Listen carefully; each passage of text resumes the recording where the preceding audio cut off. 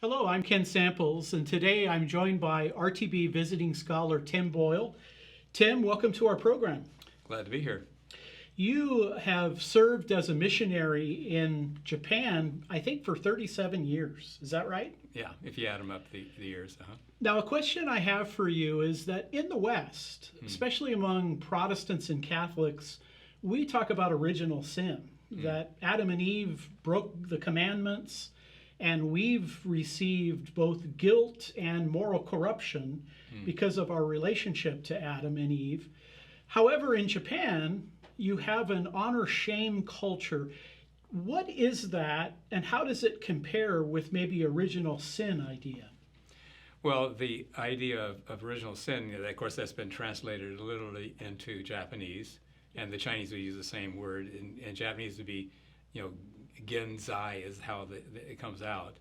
Now, that's a term that an ordinary person wouldn't understand, but they look at the characters and the original and the sin is there, but the concept itself seems counterintuitive because the way that would be interpreted is kind of like you're born a criminal type of thing. Okay. And so the word for sin and crime comes out as the same word in Japanese. They don't distinguish between those words.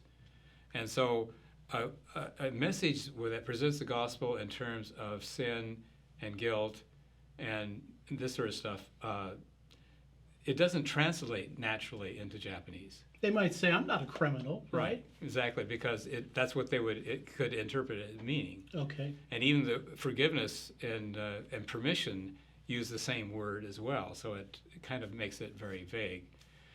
So when it comes to an honor, shame, group-oriented culture, those kind of go together. What I find makes much more sense is we could define it and use a new term called original shame. Okay. And when you look at the Genesis narrative itself, that is really the more fundamental. The original symbolism is in terms of nakedness and shame. The word sin doesn't even appear in the account until Cain kills Abel. So it's a natural to translate that into original shame in order to communicate that. And shame can only be covered. It can't be removed. Sin can be removed, but shame is only covered. And now part of it, it seems to me, is in the West, we tend to talk a lot about our own individuality. Americans believe in freedom. Western people emphasize kind of their individual responsibilities. But Japan, maybe more like ancient Israel, saw themselves as a collective people. Am I right? Yes, right, exactly. Yeah.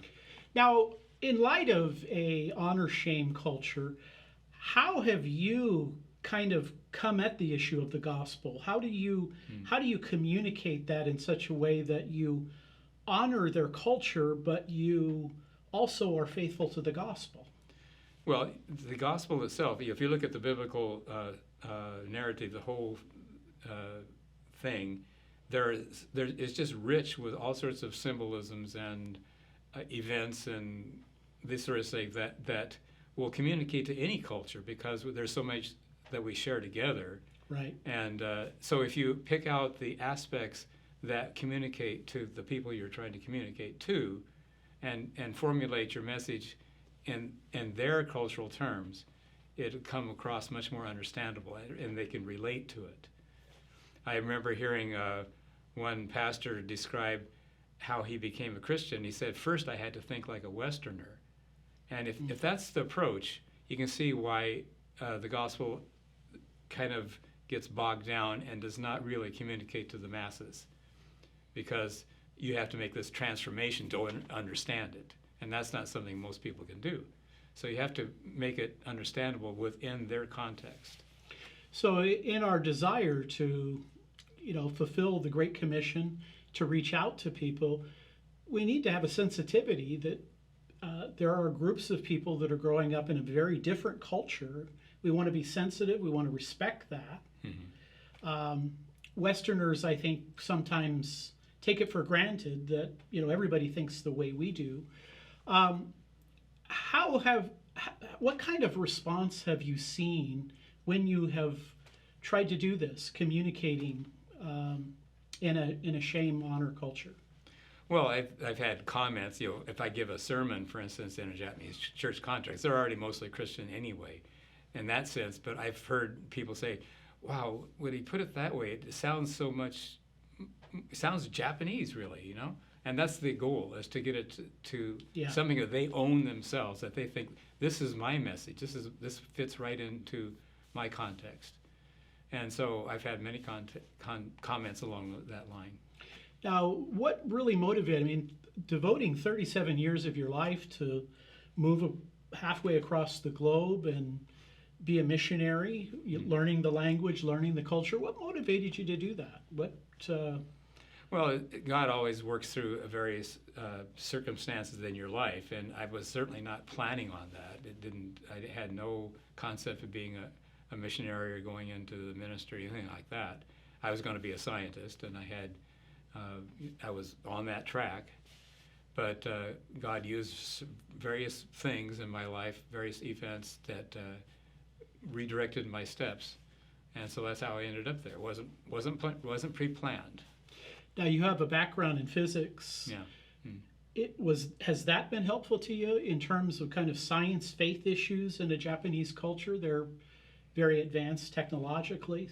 Well, of course, because when you can use the various kinds of scientific understandings and stuff to show how that really is compatible with the Christian faith, and actually the Christian faith anticipates it. This is RTV's mission, and it fits into that right away. Well, Tim, we're sure appreciating you being here as a visiting scholar, and I'm very thankful for your commitment to being a missionary. Thank you.